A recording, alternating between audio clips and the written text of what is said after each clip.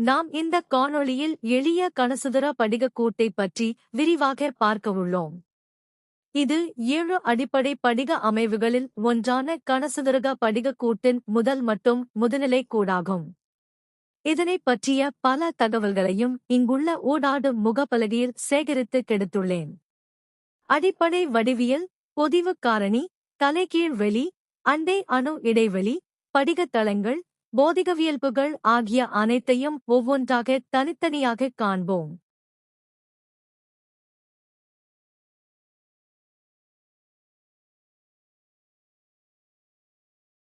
முதலில் அடிப்படை வடிவியலை காண்போம்.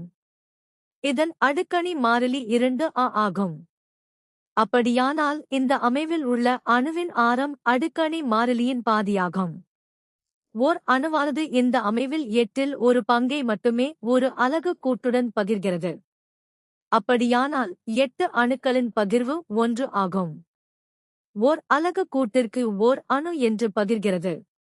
ஓர் அணுவின் நெருங்கிய இடைவெளியில் உள்ள அணுக்களின் எண்ணிக்கையை அணைவு எண் என்கிறோம். இதன் அமைவு எண் 6 ஆகும். ஓர் அலகூட்டின் கன அளவு அதன் அடுக்கணி மாறிலியே மும்மடி பெருக்கம் ஆகும். அப்படியானால் அடுக்கணி மாறிலியின் மதிப்பாகிய 2 மடங்காகிய அணுவின் ஆரத்தை இங்கே உள்ளிட்டு பார்த்தால் மதிப்பு 8 பெருக்கல் ஆரத்தின் மும்மடி பெருக்கம் ஆகும். அடுத்ததாக அணுப்பொதிவு பற்றிக் காண்போம். அணுப்பொதிவு என்றால் ஓர் அலகு கூட்டின் கன அளவில் அந்த அலகு கூட்டு அணுக்களின் கன அளவு எவ்வளவு பொதிந்து இருக்கிறது என்பதுதான். இந்த அமைவில் முதலில் அலகு கூட்டணுக்களின் மொத்த கன அளவை கண்டுபிடித்து அதை அலகு கூட்டின் கன அளவை வைத்து வகுத்தால் நமக்கு அணுப்பொதிவு கிடைத்துவிடும்.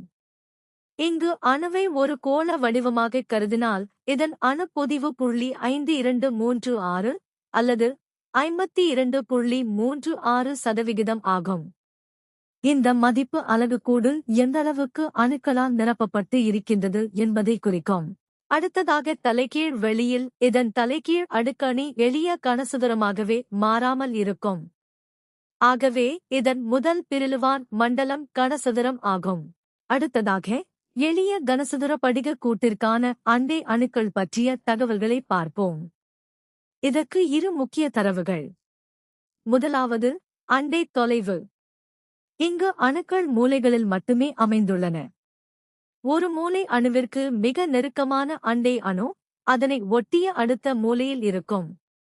எனவே இந்த குறைந்தபட்ச தொலைவு படிகத்தின் பக்க நீளமான a விற்கு சரிசமமாகும். இரண்டாவது தகவல் அணைவெண். இது அந்த என்ற குறைந்த தொலைவில் எத்தனை அண்டை அணுக்கள் உள்ளன என்பதை கணக்கிடுகிறது.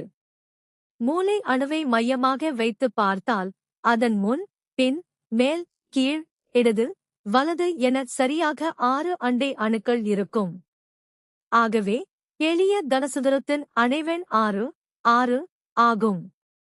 முடிவாக இந்த படிகத்தின் அண்டை தொலைவு a, அணைவெண் 6. இந்த 2 அளவுகளும் படிகத்தின் திடத்தன்மை மற்றும் வெப்ப கடத்துத்திறன் போன்ற பண்புகளை அறிய உதவுகின்றன.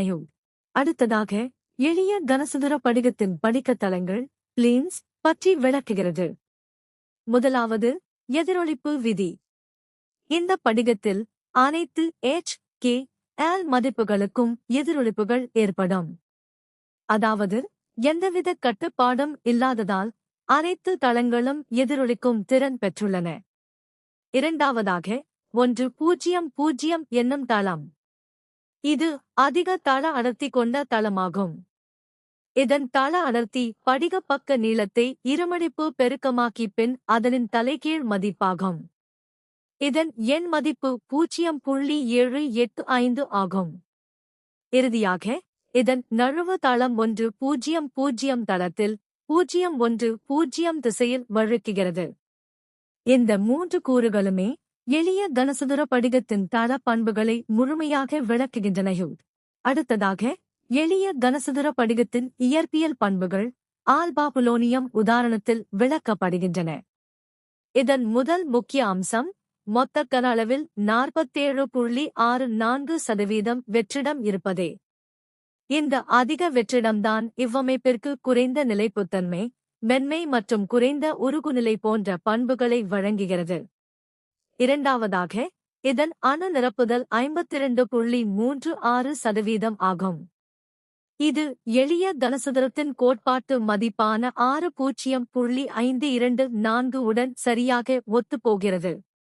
சுருக்கமாக, 47.64% வெற்றிடமும் 52.36% நிரப்புதலுமே இந்த படிகத்தின் போதிக பண்புகளை தீர்மானிக்கும் முக்கிய காரணிகளாகும்.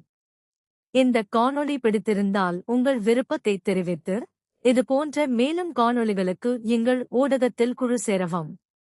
நன்றி.